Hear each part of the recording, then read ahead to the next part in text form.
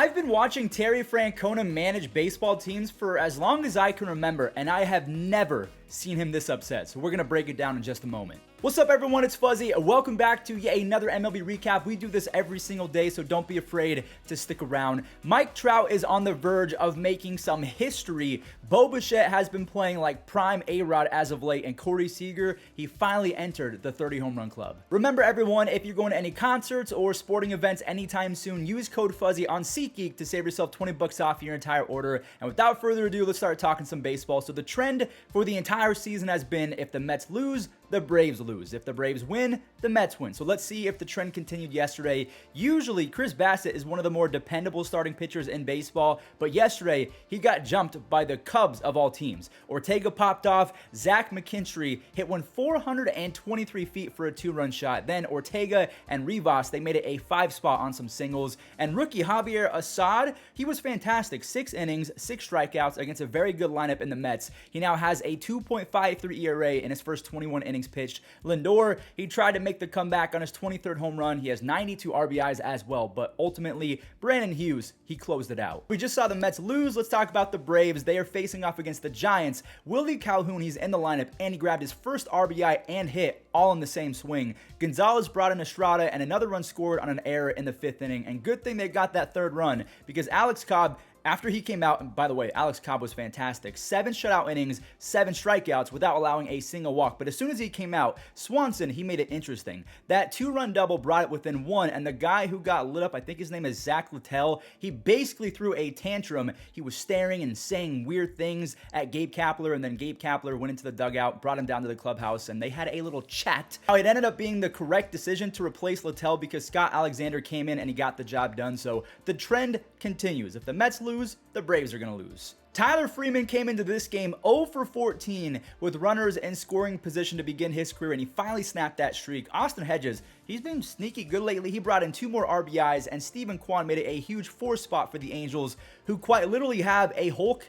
And there he is again. Mike Trout now has 35 home runs in 100 games. He has hit a home run in 7 consecutive games. He is 1 away from tying the record. I think Ken Griffey Jr. is the guy that has a home run in 8 consecutive games. So let me know in the comments, do you think that Mike Trout is going to get there? He quickly reminded us all that when healthy, he's probably still the #1 guy in all of baseball, even at 31 years old. Yes, ahead of Juan Soto. Yes, ahead of Ohtani and Aaron Judge. I mean, Mike Trout is one of the greatest players we've ever seen. Kwan got on, and Ahmed Rosario brought him in, and things got incredibly spicy. I've never seen Tito that upset. Then Phil Nevin got tossed. I've never seen that before. Emmanuel Clase came in for a huge 1-2-3 9th inning. He has 34 saves, and look at this graphic right here. Since the beginning of 2021, that's unreal. The Houston Astros scored 7 in this one versus the Tigers, and the Tigers scored a whopping 0 runs, so they have now been shut out 21 times this year, and that was in large part because Framber Valdez was on the bump, and he is close to making some history as well, just like Mike Trout, so we'll talk about that right now. After throwing 8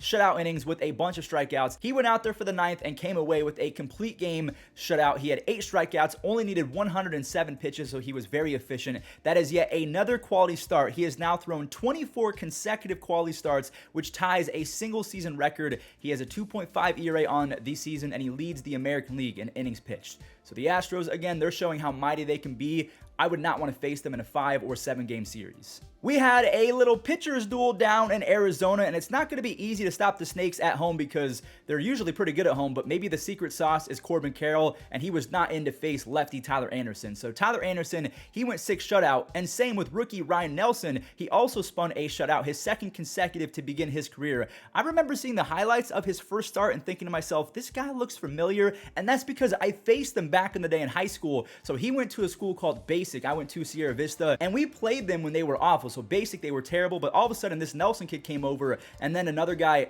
York, I believe that was his name, and Basic turned into a super team. Anyways, back to the game. After Nelson left the game, the Diamondbacks bullpen surrendered the lead, and Belly smoked a 2-run double for his 2nd multi-hit game in a row. And then Mookie Betts, he went yard for the 34th time this year. He has 77 RBIs, a 145 OPS plus, and a nearly 6.5 WAR. WAR. He's having one of the better seasons of his career. This guy is going to easily be a Hall of Famer if he keeps this up for another 2 or 3 years. Yeah, he's not even going to need 2,000 base hits to be a Hall of Famer.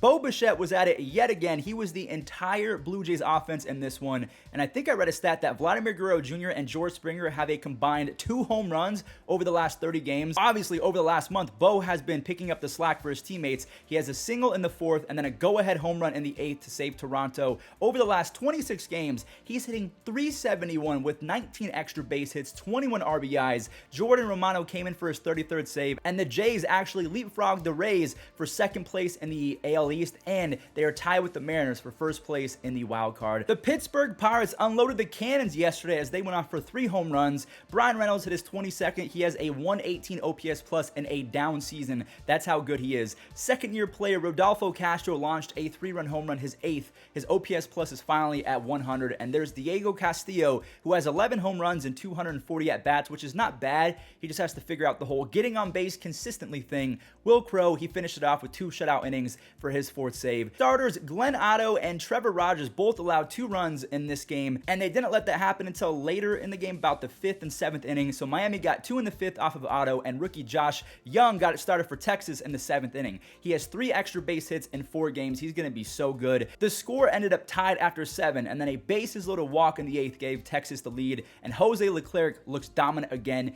2 strikeouts for his 5th save already. And remember when I said Josh Young has 3 extra base hits in 4 games? Make it 4 extra base hits in 5 as he connects for a massive home run that was followed up by Marcus Semion's 22nd. He has been 2021 Marcus Semien since June, and that happened in the 5th inning, and methinks that made the Marlins upset because they teed all the way off. May I interest you guys in an 8 spot? Yes, the Miami Marlins put up 8 runs in a single inning, with LeBlanc starting off on an RBI double and then finishing an 8 spot with a 2nd RBI double. Not a lot of guys in baseball this year can say they've had 2 RBI extra base hits in the same inning. So 6 Marlins hitters had RBIs, and good thing they did that because Semien and Seager are proving they might have been worth those contracts they were given. Semien, 22 home runs, 24 stolen bases. Corey Seager now has 30 home runs and a 121 OPS plus. So the power is there. Maybe getting on base, he's not been the same as Dodgers Corey Seager, but they have a pretty good core with Josh Young. Maybe Dane Dunning is going to be better in 2023. Well, everyone, that does it for today's recap. There were not a ton of games from yesterday, but 2 years ago today, I kind of forgot this happened. Alec Mills